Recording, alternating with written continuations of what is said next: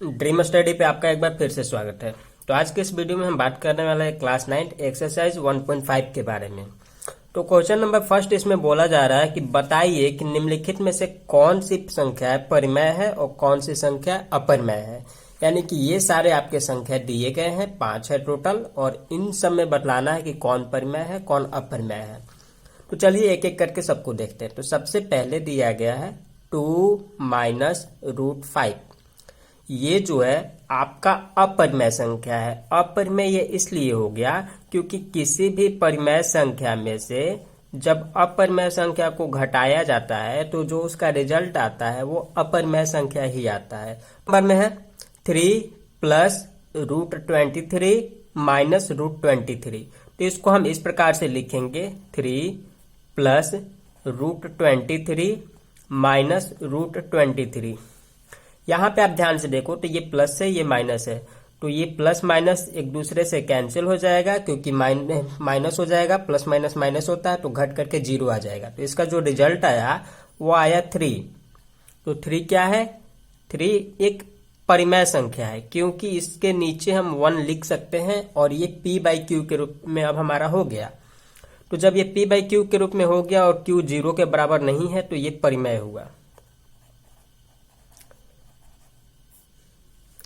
Third number में दिया गया है ये भी आपका परिमेय संख्या है। क्यों परिमेय है? क्योंकि इसे जब हम इस प्रकार से लिखेंगे और जब इसे हम सॉल्व करेंगे, हल्का सा आगे करेंगे, तो रूट 7 से रूट 7 कैंसिल हो जाएगा, तो बचेगा हमारे सामने 2/7। तो ये 2/7 है, p/q के रूप में है और q 0 के बराबर भी नहीं है, इसलिए ये भी हमारा परिमेय हुआ। 1/√2 ये आपका अपरिमेय है। अपरिमेय संख्या से भाग किया जाता है तो उसका जो रिजल्ट आता है हमेशा अपरिमेय संख्या ही आता है। तो यहाँ पे मान लेते हैं कि परिमेय संख्या हमारा 1 हो गया, इसमें डिवाइड किया जा रहा है एक अपरिमेय संख्या से, तो जो रिजल्ट आएगा वो अपरिमेय संख्या ही आएगा, जैसे घटाव में था। उसी प्रकार से 5 नंबर है आपका 2π। जैसा कि आप सब पहले से जानते हैं कि पाई एक हमारा अपरिमेय संख्या है और किसी भी अगर अपरिमेय संख्या में परिमेय संख्या से गुना किया जाता है तो उसका जो रिजल्ट आता है वो अपरिमेय ही आता है। तो यहाँ पे पाई अपरिमेय पहले से है, 2 से मल्टीप्लाई हो रहा है, तो जो रिजल्ट आएगा वो हमारा अपरिमेय संख्या ही रहेगा। तो ये हो गया अपरिमेय संख्या। तो ये हुआ क्वेश्चन नंबर फर्स्ट।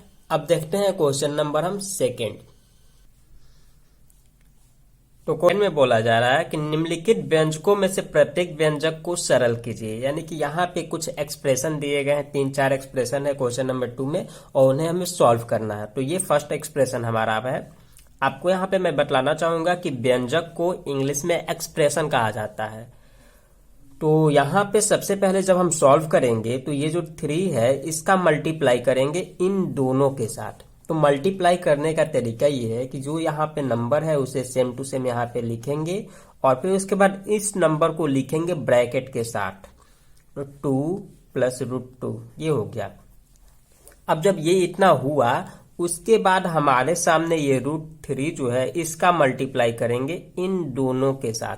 तो सेम वही तरीका है। और यहाँ पे आपको एक बार ध्यान देना होगा कि √3 के पहले यहाँ पे प्लस का साइन है, तो यहाँ पे हम प्लस का साइन साथ में लाएंगे और यहाँ पे √3 लिखेंगे, फिर ब्रैकेट लगाएंगे और ये सारा लिखेंगे 2 प्लस √2। तो ये मल्टीप्लाई करने का तरीका है। अगर इस तरीके को आप समझ गए तो इस प्रकार से कोई भी प्रश्न आपके सामने आ जाए आप उसे सॉल्व, फॉर्मूले के माध्यम से भी सॉल्व होता है, लेकिन फॉर्मूला से ज्यादा इंपॉर्टेंट है कि आप ऐसे सॉल्व करो, क्योंकि फॉर्मूला हो सकता है कि कभी कभी आप भूल सकते हो। मैं आपको ऐसे बतला रहा हूँ, काफी इंपॉर्टेंट है ये। 3 में जब 2 से मल्टीप्लाई होगा तो ये हो जाएगा 6